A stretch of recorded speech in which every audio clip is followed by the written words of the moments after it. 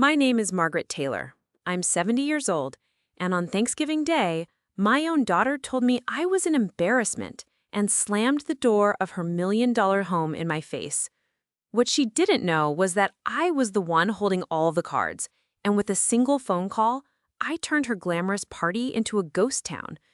It's a long story, but one I feel I have to tell. Before we get into it, I'd love to know where you're all listening from. Drop a comment and let me know what country you're in and what time it is there. It's comforting to know we're all connected, no matter the distance.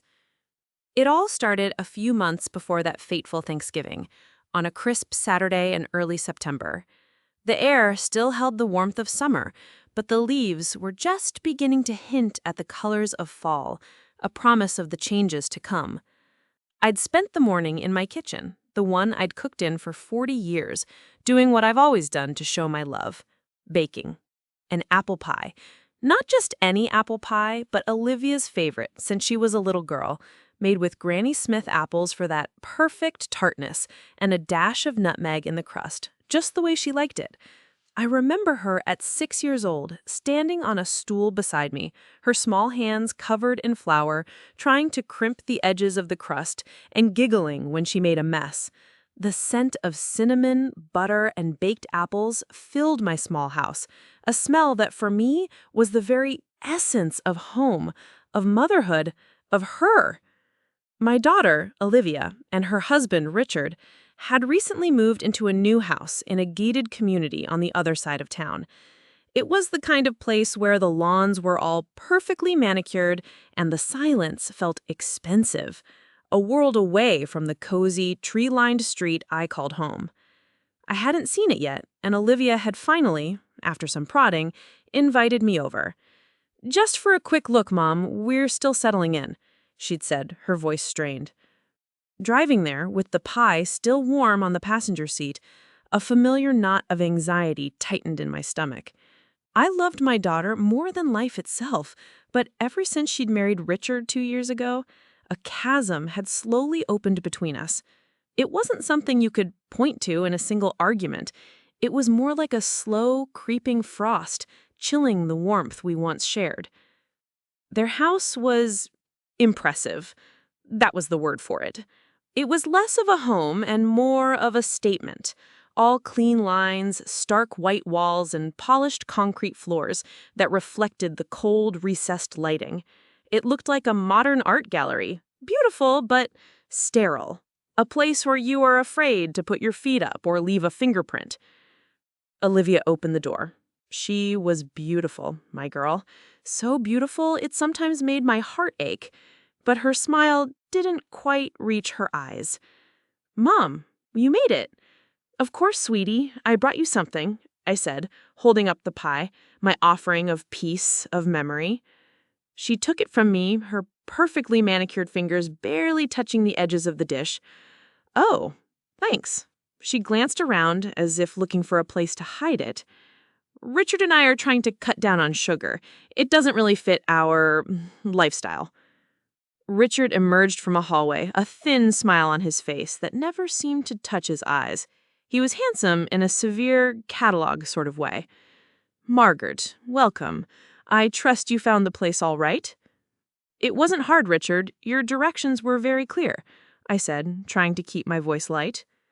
"Good, good." He gestured vaguely at the pie in Olivia's hands. "An apple pie. How rustic." I felt a small sting. Rustic, as if I'd brought a barn animal into his pristine home. He made it sound like a flaw.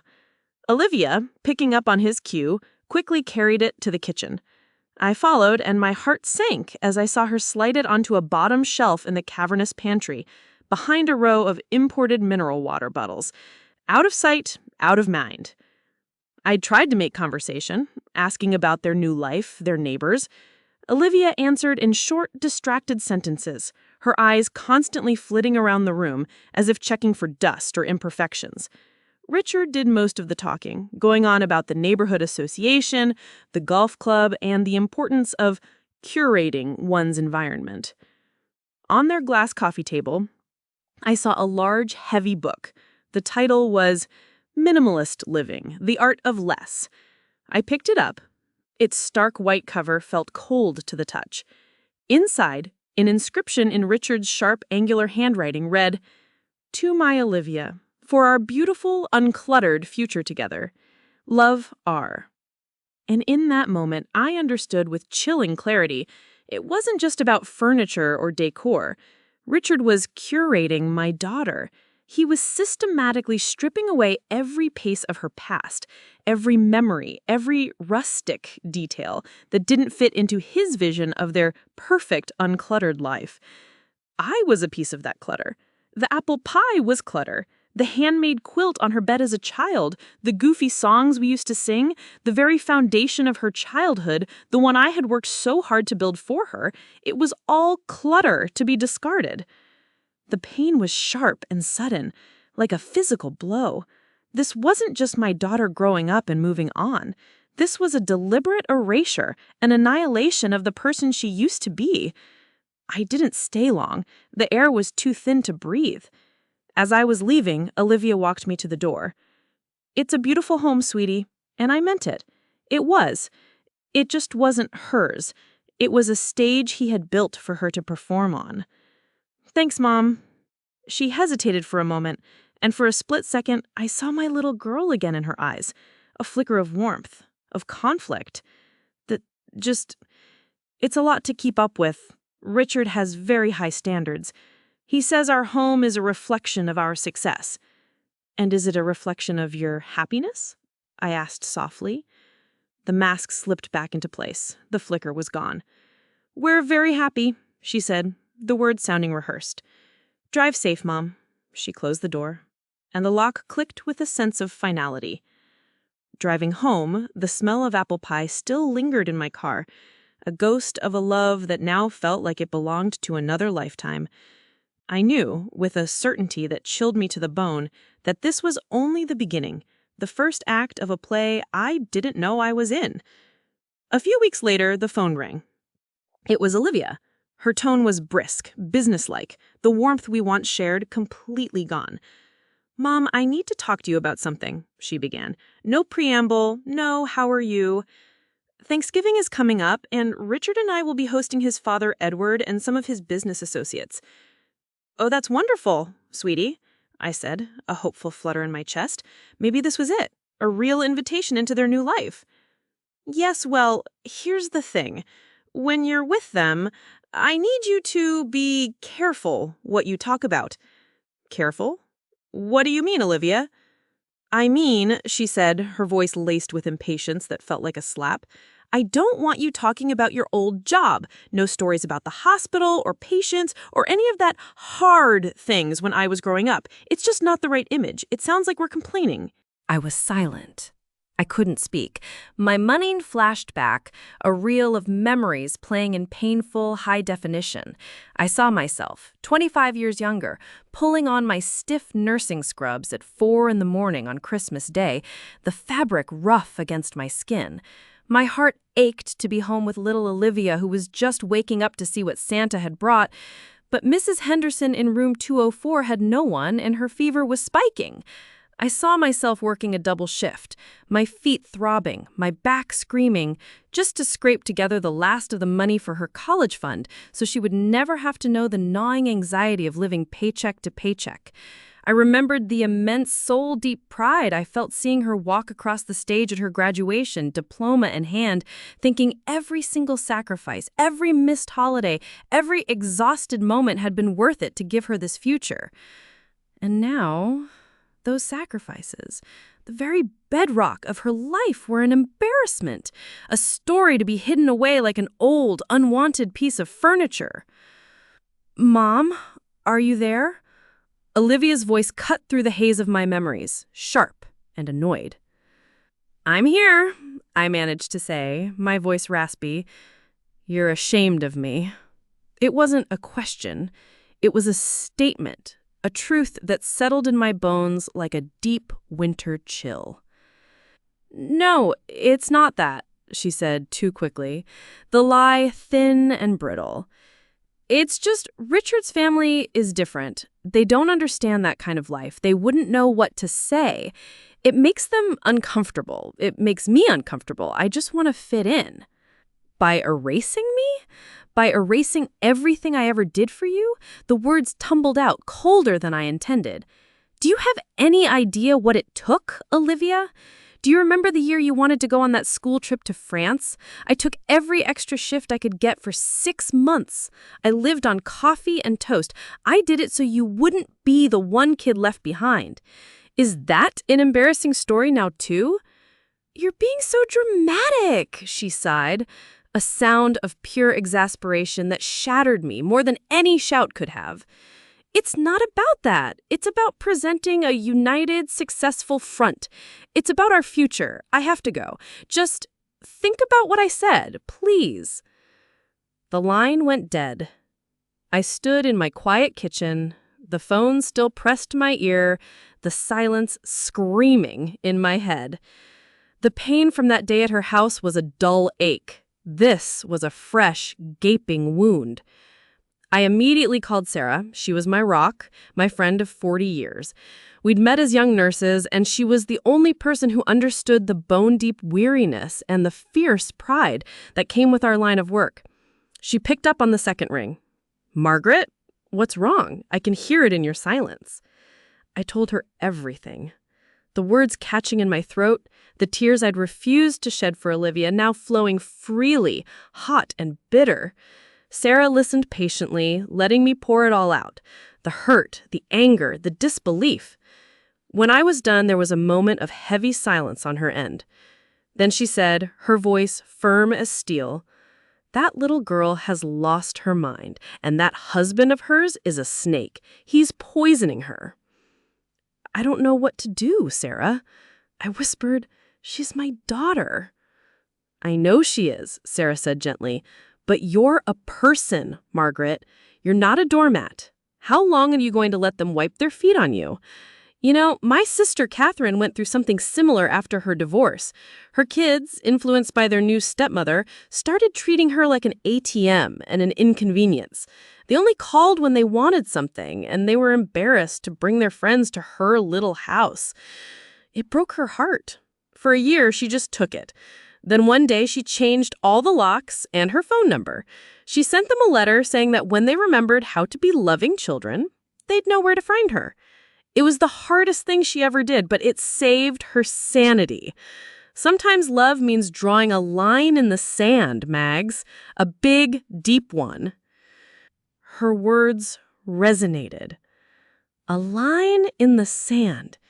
For years, I had let the line be blurred, erased, and redrawn to suit Olivia's needs.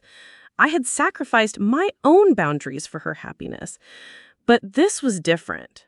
This wasn't about her happiness anymore. This was about my dignity, my history, my very soul. "I've got to do something," I said. My voice a little stronger. You're right. We talked for a while longer, and by the time I hung up, the tears had dried. In their place was a cold, hard resolve. I didn't know what I was going to do yet, but I knew one thing for sure. I was done being a ghost in my own life story. I had built my life on a foundation of hard work and integrity, and I would not let my daughter and her social climbing husband tear it down and call it an embarrassment. A week passed in tense, wounded silence. I half expected an apology, but I knew in my heart it wouldn't come. Then, one afternoon, Olivia called again. Her voice was completely different. It was dripping with a synthetic sweetness that set my teeth on edge and set alarm bells in my head.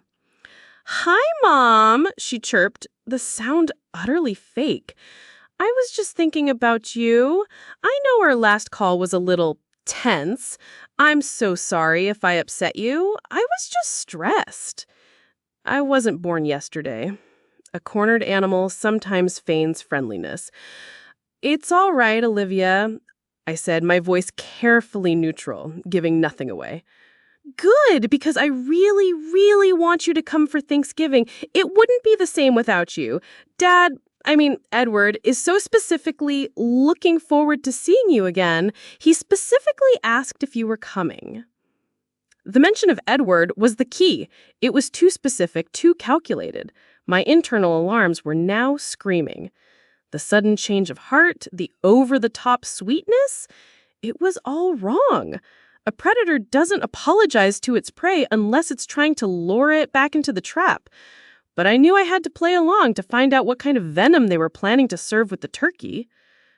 "That's very sweet of you to say, dear.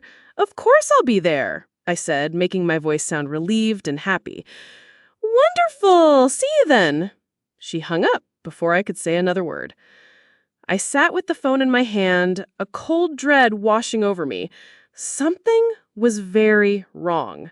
This wasn't an olive branch, it was bait, and I was determined to find out what kind of trap it was attached to.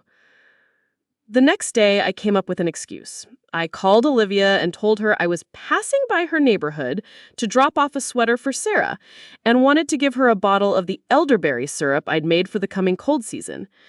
You know how you used to get those terrible winter colds? I added a small, true detail to make the lie more palatable. "Oh, Mom, you don't have to," she said, a hint of annoyance in her voice. The sweet act was clearly wearing thin.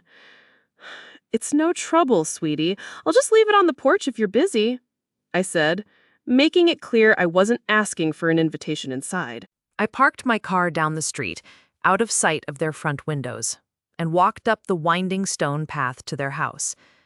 As I approached, I could hear their voices carrying on the still autumn air. A large floor-to-ceiling window, in what I assumed was their living room, was cracked open just an inch. I slowed my steps, my heart pounding against my ribs like a trapped bird. I knew I shouldn't eavesdrop. It wasn't in my nature. But my gut, a nurse's intuition honed over decades, was screaming at me that my future depended on what I heard next. It was Richard's voice, low and conspiratorial. "And when she gets here, we'll seat her at the far end of the table. I'll make a toast. Something about the importance of family and humble beginnings." "And then?" Olivia asked, her voice small, uncertain. "And then," Richard continued, his voice slick with self-satisfaction, "I'll tell a little story about her working as a nurse, sacrificing everything for her brilliant daughter. I'll lay it on thick. How you rose from nothing, a phoenix from the ashes of the working class. It'll make you look incredible. And it'll make my father see me as this wonderfully empathetic man who appreciates his wife's background. He'll see that I'm not just some rich kid, that I have character." My breath caught in my throat. I leaned against the cool stone wall of the house, my knuckles white as I clutched the bottle of syrup. He was going to perform my life as a tragedy for his own game. Olivia sounded hesitant. "I don't know, Richard. It feels cruel, using her like that. She was so proud when I graduated." "Proud, Olivia? Be realistic," he scoffed, his tone sharp. "This is our future.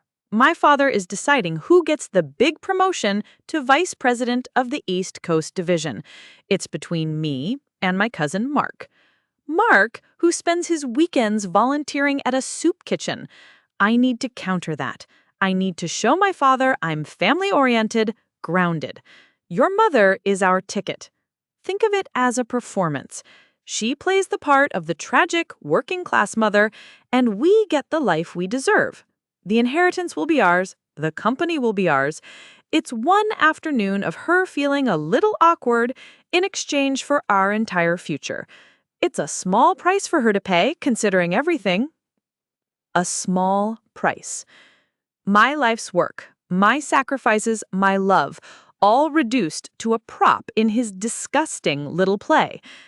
I felt a wave of nausea so intense I thought I might be sick right there on their perfectly manicured flower bed.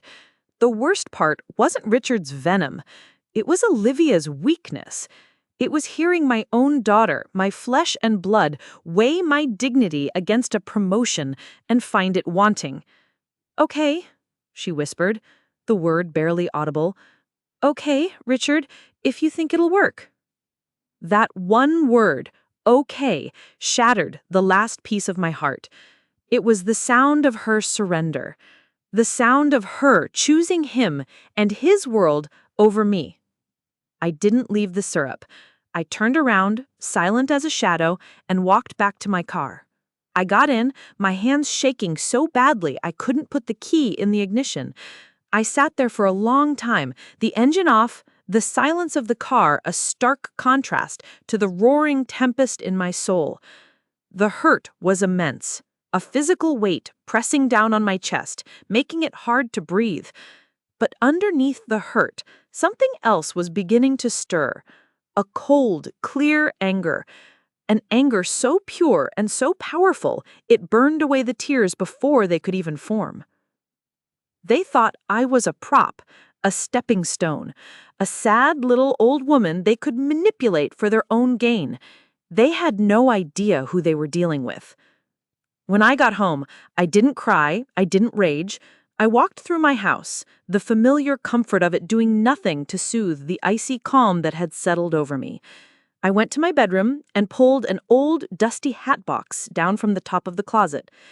Inside was a collection of memories I hadn't looked at in years. Olivia's first baby shoes, a lock of her hair, school reports, faded photographs. But I wasn't looking for those. I rummaged underneath, my fingers searching for something specific. And then I found it. A small, elegant, cream-colored business card. Embossed in simple gold letters were the words Edward Mills and a private phone number. My history with Edward Mills went deeper than just being his son's mother-in-law. It went back 10 years to the darkest period of his life. I was the head nurse on the oncology ward where Edward's wife, Eleanor, spent her final months. Eleanor Mills was a woman of quiet grace and immense strength. In a world of wealth and privilege, she was an anchor of genuine kindness. And Edward, the powerful businessman, was just a husband, terrified of losing the love of his life.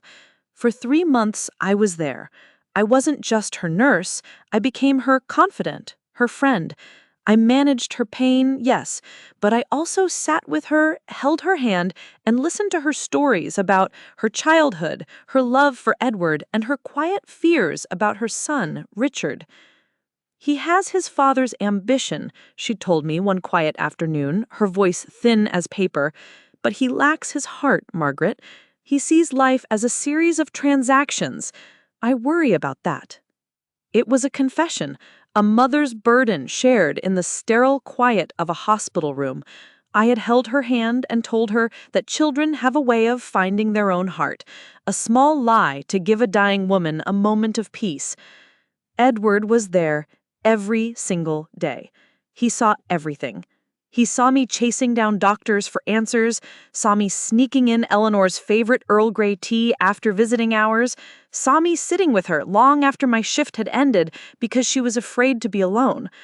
We rarely spoke of personal matters, but a bond was forged in that sterile, quiet hospital room, a bond of mutual respect that transcended our worlds.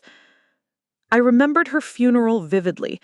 It was a grand affair, filled with important people. But after the service, Edward had sought me out. He stood before me, this titan of industry, his eyes filled with a raw, unguarded grief. He didn't say much. He just took my hand, squeezed it, and said, "Thank you, Margaret, for everything. You have a character that money cannot buy. Eleanor, she thought of you as a friend." He pressed his card into my palm. "If you ever need anything at all, you call this number." I had never used it. I never thought I would. It felt wrong to capitalize on a connection born from such sorrow. But now as I looked at the card, I knew this was the moment. This wasn't about capitalizing. This was about honor. This was about Eleanor's memory.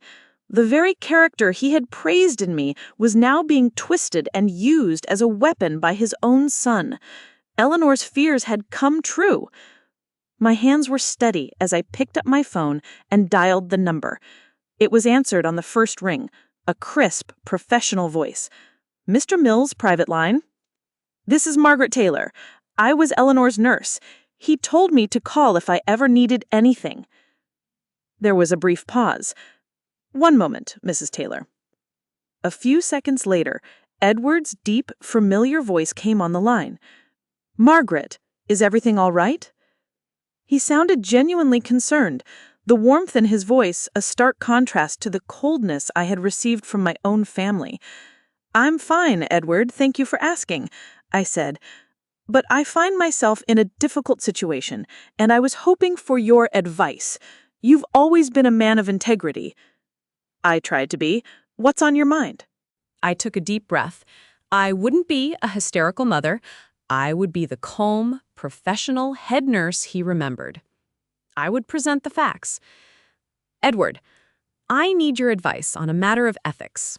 What would you do if you discovered someone was planning to use another person's kindness and past struggles not as a point of connection, but as a tool for manipulation? To use their story of sacrifice as a performance to gain a promotion and secure an inheritance?" There was a long silence on the other end of the line. I could almost hear the gears turning in his sharp mind. He knew I wasn't speaking hypothetically. "Margaret," he said finally, his voice low and dangerous, "who are we talking about?" "I think you know," I said softly. Another pause. Then a heavy sigh that seemed to carry the weight of years of disappointment. "My son." It wasn't a question. "Where are you? Can you come to my home now?" "Yes," I said. "I can." He lived in an old stone manor on the far side of the county, a place of old money and quiet dignity, much like him and his late wife. He met me at the door himself and led me into his study.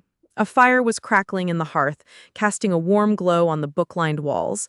It was a room that felt lived in, a room that held a history. He poured us both a small glass of brandy, then sat in the leather armchair opposite me. "Tell me everything," he said, "from the beginning." And so I did. I told him about the apple pie, the phone call, and the conversation I had overheard. I laid out the facts calmly and clearly, without tears or dramatics. I was a nurse reporting a diagnosis. The diagnosis was a rot of character. When I finished, he stared into the fire for a long time, his jaw tight. He didn't seem surprised by his son's ambition, but the calculated cruelty of the plan, the willingness to use me, a woman he respected, a woman who had cared for his dying wife, as a pawn, that had clearly struck a nerve. "I am deeply disappointed," he said, the words heavy with meaning, "and deeply sorry, Margaret, that you were put in this position." He looked at me, his eyes sharp. "What do you want me to do?" And that was the question that changed everything. He wasn't taking over. He wasn't swooping in to save the day like a knight in shining armor. He was putting the power right back where it belonged, in my hands. I looked at this powerful man, a man who could crush his son's ambitions with a single word, and I saw not a titan of industry, but a fellow parent, a grieving husband, a friend. His question, "What do you want me to do?" was a test. He wanted to see if I was after revenge, money, or something else entirely. He was assessing my character, just as he had all those years ago in the hospital. I took a slow sip of the brandy, its warmth spreading through my chest, steadying me. "I don't want you to do anything, Edward," I said quietly. "Not yet. First, I want to tell you what I'm not going to do. I'm not going to let them humiliate me. I'm not going to be a pawn in their game. And I'm not going to let my daughter's husband teach her that decency is a weakness and manipulation is a strength." I leaned forward, my voice gaining strength. I didn't raise my daughter to be cruel. I raised her to be strong, kind, and honest. Somewhere along the way, under Richard's influence, she's lost sight of that. She's so blinded by the life he's promised her that she's willing to sacrifice her own mother's dignity for it. Edward's expression was grim. I've seen Richard's ambition. It lacks the foundation of hard work. He wants the fruits without tending the tree. I had hoped Olivia would be a grounding influence on him. It seems the opposite has happened. He has always been transactional. When he was a boy, he'd trade his toys for favors. As a young man, he'd trade his charm for advantages. I fear he now sees your daughter's love as just another asset to be leveraged. She's not a bad person, Edward, and it's true. My heart still ached for the girl she used to be. She's a lost person. She's caught between the world she came from and the world she desperately wants to join. Richard is exploiting that insecurity. So, what do you propose? He asked, his voice a low rumble. Do you want me to confront them? Cut them off? He mentioned that he was already in the process of updating his will with his lawyer, and that changing the terms of the inheritance would be a simple matter. I can ensure they don't see another dime. This was my moment, the easy path. I could have asked for anything. I could have demanded he ruin Richard, but that wasn't my way. Ruining them would be his victory, not mine. It would be a punishment, not a lesson. No, I said firmly. Confronting them would only make them defensive. Cutting them off now would make them martyrs in their own minds. They wouldn't learn anything. They need to see the consequences of their actions, not just be told about them. They need to play out their little drama and have it collapse around them. They need to feel the weight of their own choices. A slow smile spread across Edward's face, a genuine smile of admiration. A public lesson. I like it. You have a strategist's mind, Margaret. I was a head nurse for 20 years, Edward, I replied with a small smile of my own. I know how to manage a crisis and how to deal with difficult people. And right now, your son and my daughter are very, very difficult people. We sat in comfortable silence for a moment, the fire crackling between us. The dynamic had shifted. We were no longer just a grieving husband and a compassionate nurse. We were two allies, two old friends, united by a shared belief in integrity.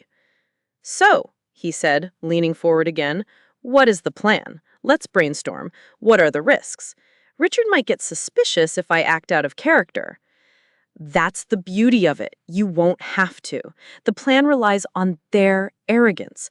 They are so sure of my weakness and so focused on your approval, they won't see anything else coming. The plan is this, I began, my voice steady as I leaned forward, taking on the role of a general outlining a campaign. The party goes on. Everything proceeds exactly as they expected to. Edward raised an eyebrow, intrigued. I will arrive at their home at the appointed time. I will be polite. I will let them play their part.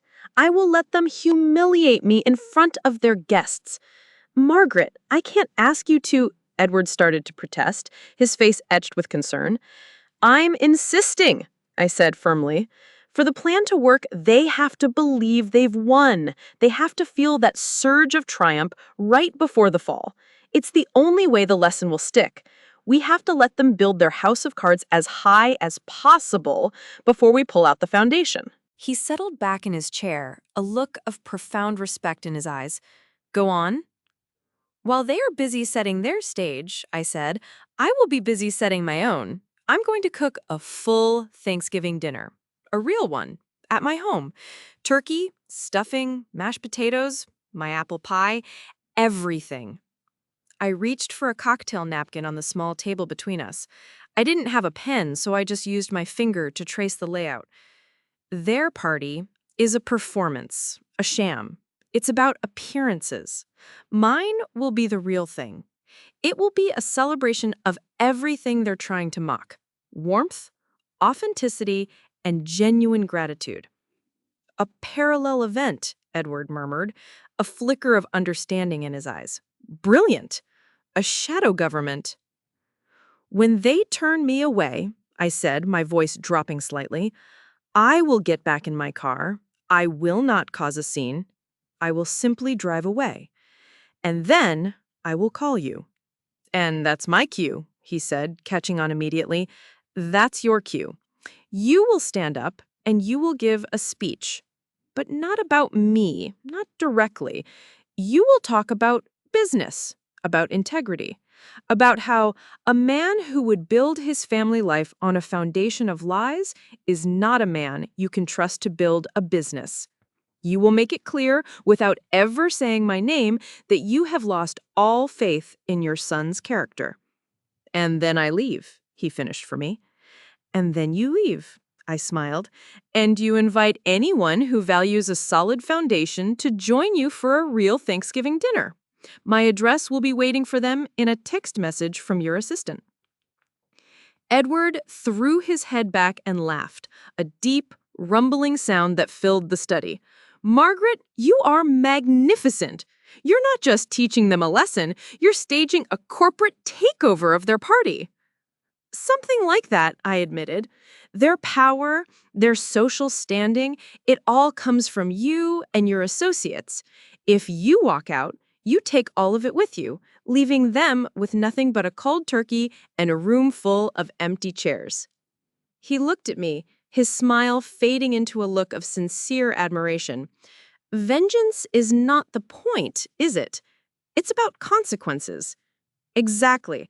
I don't want to destroy them, Edward. I love my daughter, but I love her enough to let her hit rock bottom, to let her see the ugly truth of the path she's on. This isn't about revenge. This is a rescue mission. I'm trying to save her from him and from the worst version of herself.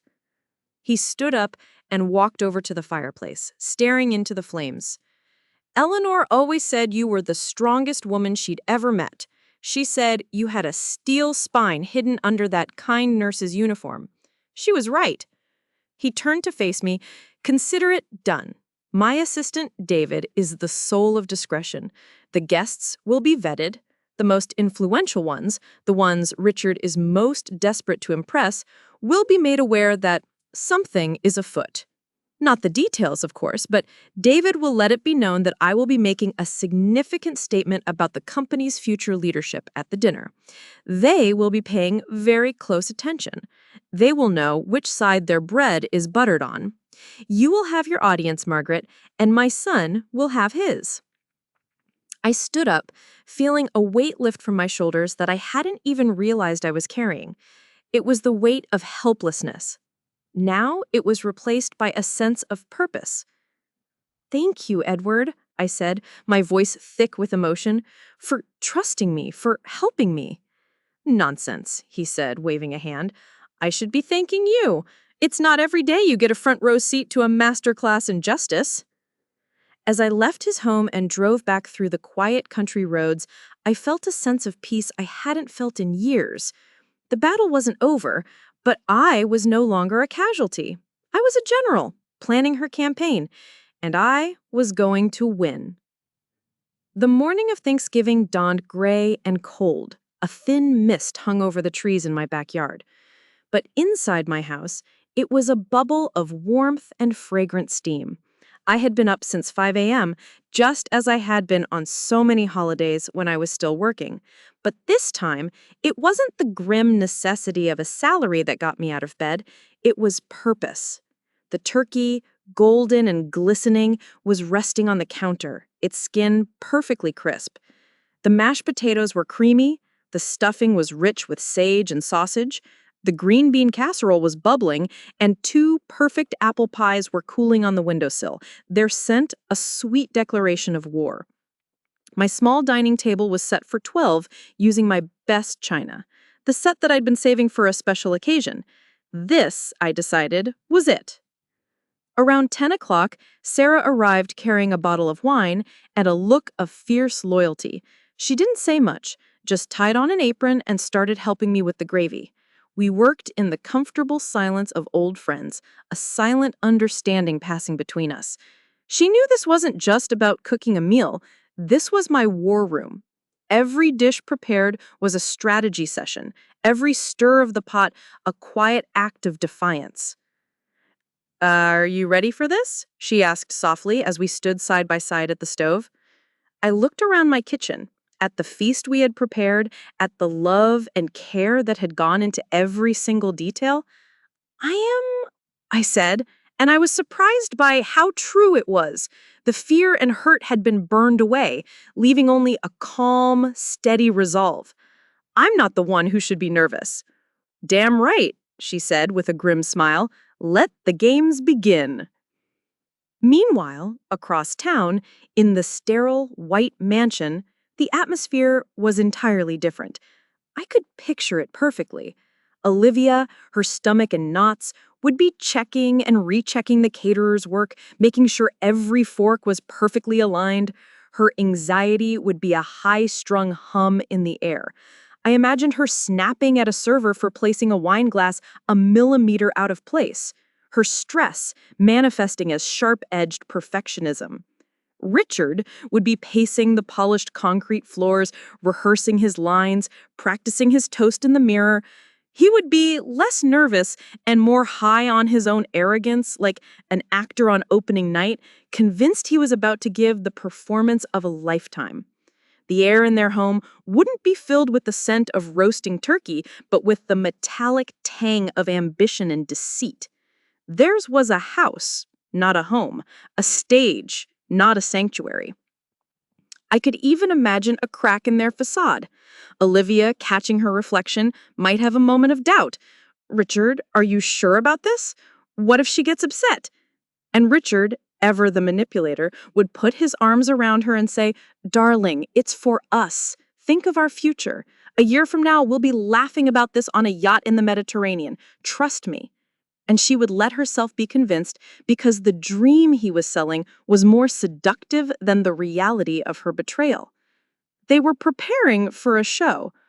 I was preparing for a reckoning. At 2 o'clock, I went to my room to get changed. I didn't pick out anything fancy. I chose a simple, comfortable navy blue dress, the one I often wore to church. I put on a string of pearls my late husband had given me, a quiet reminder of a love that was real and unconditional. I looked at myself in the mirror. I saw a 70-year-old woman, a retired nurse, a mother. But today I also saw a fighter. Sarah hugged me at the door. You call me the second you're on your way back, she said. The troops are ready. I will, I promised. The drive to Olivia's house felt surreal. The streets were quiet, families tucked away in their homes, celebrating together. I felt a pang of sadness for the Thanksgiving that could have been, the one where my family was whole and happy. But I pushed it away. You can't mourn a thing that was never real. The family I had been dreaming of had been a fantasy for a long time. Today was about facing reality. As I pulled into their immaculate driveway, I saw the line of expensive cars, Mercedes, BMWs, a Bentley. The guests had arrived. The audience was seated. I took one last deep breath, smoothed down my dress, and walked to the front door. It was time for the curtain to rise. I rang the doorbell. The sound, a soft, melodic chime, echoed in the cavernous entryway. After a moment that felt like an eternity, the heavy, dark wood door swung open. Olivia stood there, a portrait of strained elegance in a sleek black dress that looked more appropriate for a corporate fundraiser than a family holiday. Her hair was pulled back in a severe chignon, her makeup flawless. She looked like a stranger playing the part of my daughter. "Mom," she said, her voice a tight, rehearsed whisper. She didn't move to let me in. Instead, she blocked the doorway, her body a physical barrier between my world and hers. "Olivia," I said, calmly, my voice steady. "Happy Thanksgiving." "Look," she said, glancing nervously over her shoulder into the house, where I could hear the low murmur of conversation and the clinking of glasses. "I don't think this is a good idea. You coming in." From behind her, Richard appeared, materializing like a bad omen. He slid his arm around Olivia's waist, a proprietary gesture that was both a support and a cage. He was wearing a smug, self-satisfied smirk that made my blood run cold. This was his moment, the climax of his little power play, and he was savoring it. "Margaret," he said, his tone dripping with false pity that was more insulting than any shout. "We just feel it would be awkward. For everyone. You don't really fit in with this crowd. It's a different world." "I see," I said, my voice even. I looked past them, into the living room. I could see the guests. I recognized Mr. and Mrs. Harrison, old friends of Edward's, and several other faces I knew from pictures in the business section of the newspaper. They were the titans Richard was so desperate to impress. A few of them were looking our way with mild curiosity, their conversations faltering. They were the audience. "It's for the best," she said, her eyes refusing to meet mine. She was looking at a spot on the polished floor just past my shoulder.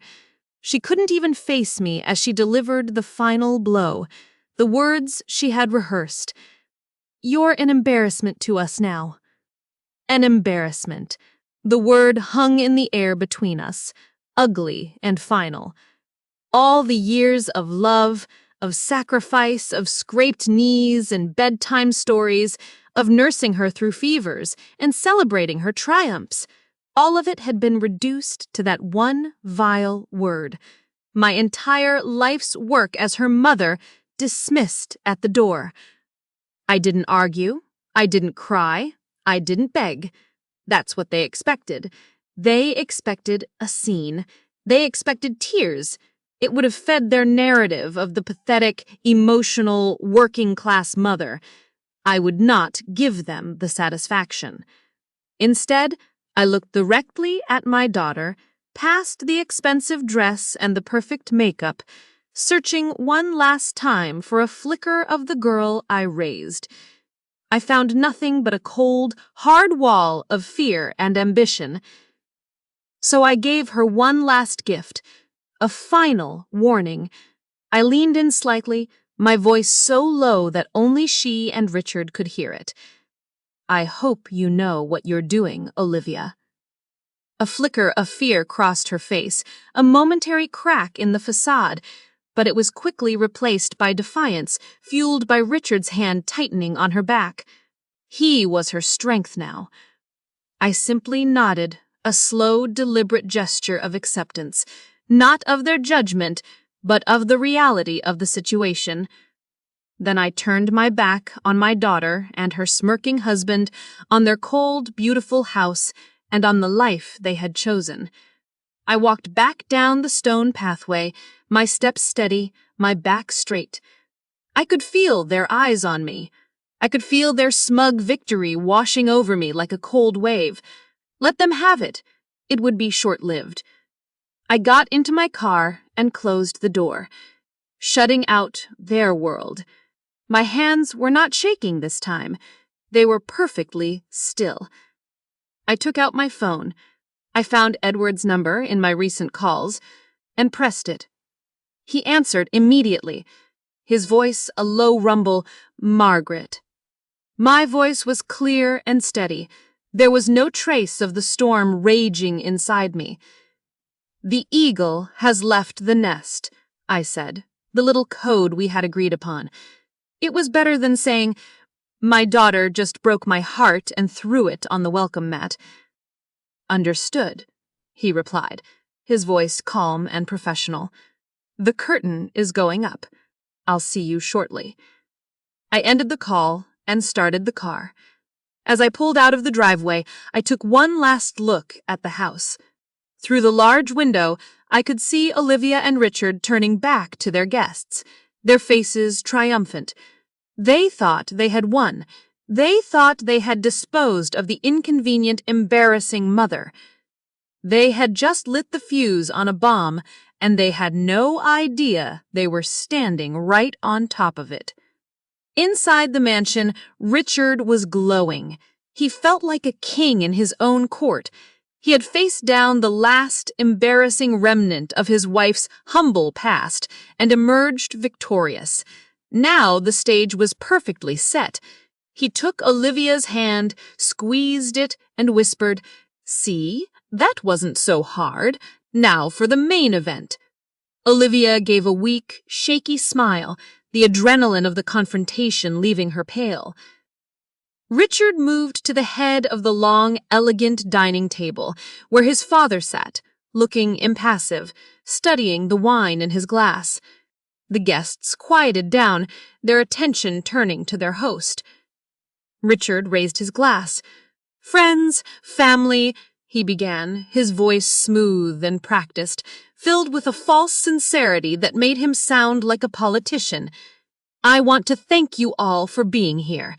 On this Thanksgiving, I am reminded of what truly matters, the strength of family, the importance of our roots, and the generosity of spirit that allows us to rise."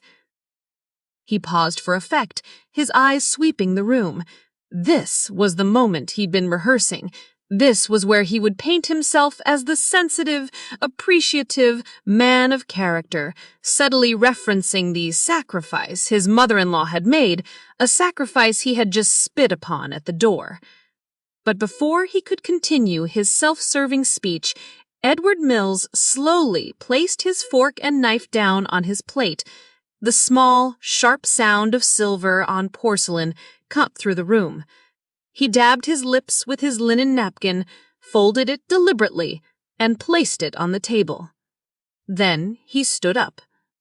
All eyes went to him. Richard froze, his mouth slightly open, his toast forgotten. A flicker of confusion, then annoyance crossed his face. This was not part of the script. "Richard," Edward said, his voice quiet, but carrying an authority that instantly commanded the room's full attention. "That's a fine sentiment, but sentiments are worthless without a foundation of integrity." He looked around the table, his gaze lingering for a moment on each of his powerful guests. "I've spent 50 years in business," he said. "I've built my company, my life, on one simple principle: trust. You don't do business with people you can't trust. You don't build partnerships on a foundation of lies. You don't give a man control over a multi-million-dollar custody of assets if you can't trust his judgment on a simple matter of decency." He told a short, simple story, his voice even and measured. "There was once a builder," he said, "who had a reputation for quality. A wealthy man hired him to build a beautiful house. But the builder, thinking he could cut corners and increase his profit margin, used cheap, substandard materials for the foundation, burying the shoddy work deep underground where no one could see it. The house looked magnificent when it was finished, and the wealthy man was so pleased he gave the house to the builder as a gift. The builder then had to live for the rest of his life in a beautiful house he knew was fundamentally rotten and could collapse at any moment." A tense silence fell over the room. The metaphor was brutally clear. Every person in that room understood the language of risk, investment, and structural integrity. Edward's eyes landed on his son. They were not angry. They were cold with disappointment, the look of a CEO assessing a failed investment. "Today," he said, "I have seen a deep, dangerous crack in a foundation, and I have no interest in investing in a structure that is doomed to fail." He then turned to David Harrison, his oldest friend and most important business partner. "David," he said, his voice shifting to a brisk, business-like tone, "I believe we should postpone our discussion about the East Coast project. In fact, I think we should reevaluate the entire leadership plan. I'd like to discuss it further at a location where the architecture is a bit more sound." David Harrison, a shrewd man who could read a boardroom like a book, understood immediately. This wasn't family drama. This was a public vote of no confidence. This was Edward Mills announcing to the world that his son was a bad investment. Richard's stock had just plummeted to zero. "An excellent idea, Edward," Harrison said, standing up and placing his own napkin on the table. His wife immediately followed suit. "The air in here has become rather unstable." And with that, the exodus began. It was not a stampede. It was a quiet, orderly, and utterly devastating withdrawal of support. One by one, couple by couple, the most important people in that room, the investors Richard needed, the mentors he craved, the society figures Olivia idolized, stood up, murmured their polite excuses, and walked out the door. They were not following a moral crusade. They were following power. They were moving away from the collapsing structure and toward the man who had condemned it. Richard tried to intercept one of them, another board member, stammering, "Wait, Mr. Albright, it's a misunderstanding." But the man just looked through him, clapped him briefly on the shoulder with a pitying look, and kept walking. Olivia and Richard stood frozen, their faces turning from triumphant to confused to horrified. They watched as their perfect party, their meticulously planned future, evaporated before their very eyes. Within 5 minutes, the room was empty, save for a few bewildered catering staff who began to quietly clear away untouched plates. They were left alone in their magnificent, silent house, surrounded by a feast no one would eat, their grand ambitions lying in ruins around them. The show was over. The foundation had crumbled, and they were trapped in the wreckage. A convoy of luxury cars pulled up on the quiet, tree-lined street in front of my small brick house. One by one, some of the wealthiest and most influential people in the state walked up my humble pathway and into my home. They entered a world that was the complete opposite of the one they had just left. There were no cavernous ceilings or minimalist art. There was just the overwhelming scent of roasted turkey and cinnamon, the sound of Sarah's cheerful greetings, and the warm, welcoming glow from my living room lamps. They were hesitant at first, like visitors to a foreign land, their expensive shoes looking out of place on my worn welcome mat. But the genuine warmth of the place was disarming. Sarah and I met them with smiles and plates of warm appetizers. Soon, the living room was filled with conversation and laughter. Edward acted as a gracious co-host, introducing me simply as his dear friend, Margaret. No one asked questions. They understood. Character was a currency they all respected, and they could see it in abundance in my home. Mrs. Harrison came up to me, squeezed my arm, and said, "Your home is lovely, dear. It feels real." We sat down to eat at my small dining table, with extra chairs brought in from the kitchen and a card table added to the end. It was crowded and a little chaotic, but it was real. As we passed around platters of food made with love, not ambition, Edward raised his glass. "I'd like to make a toast," he said, his eyes finding mine across the table. "To Margaret, for reminding us all that the richest feasts are not the ones with the most expensive ingredients, but the ones with the most integrity." Everyone cheered and drank to that. In that moment, surrounded by new friends, I felt a sense of victory so profound it brought tears to my eyes. Not a victory of revenge, but a victory of values. My small, rustic home had become the most exclusive venue in town. It was nearly an hour later when there was a frantic knocking at my front door. I knew who it was. I excused myself from the table and went to answer it. Olivia and Richard stood on my porch, their faces pale and desperate.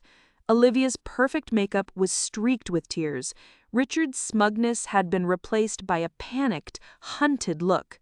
"Mom," Olivia sobbed, lunging forward, "what happened? Everyone left. They all came here."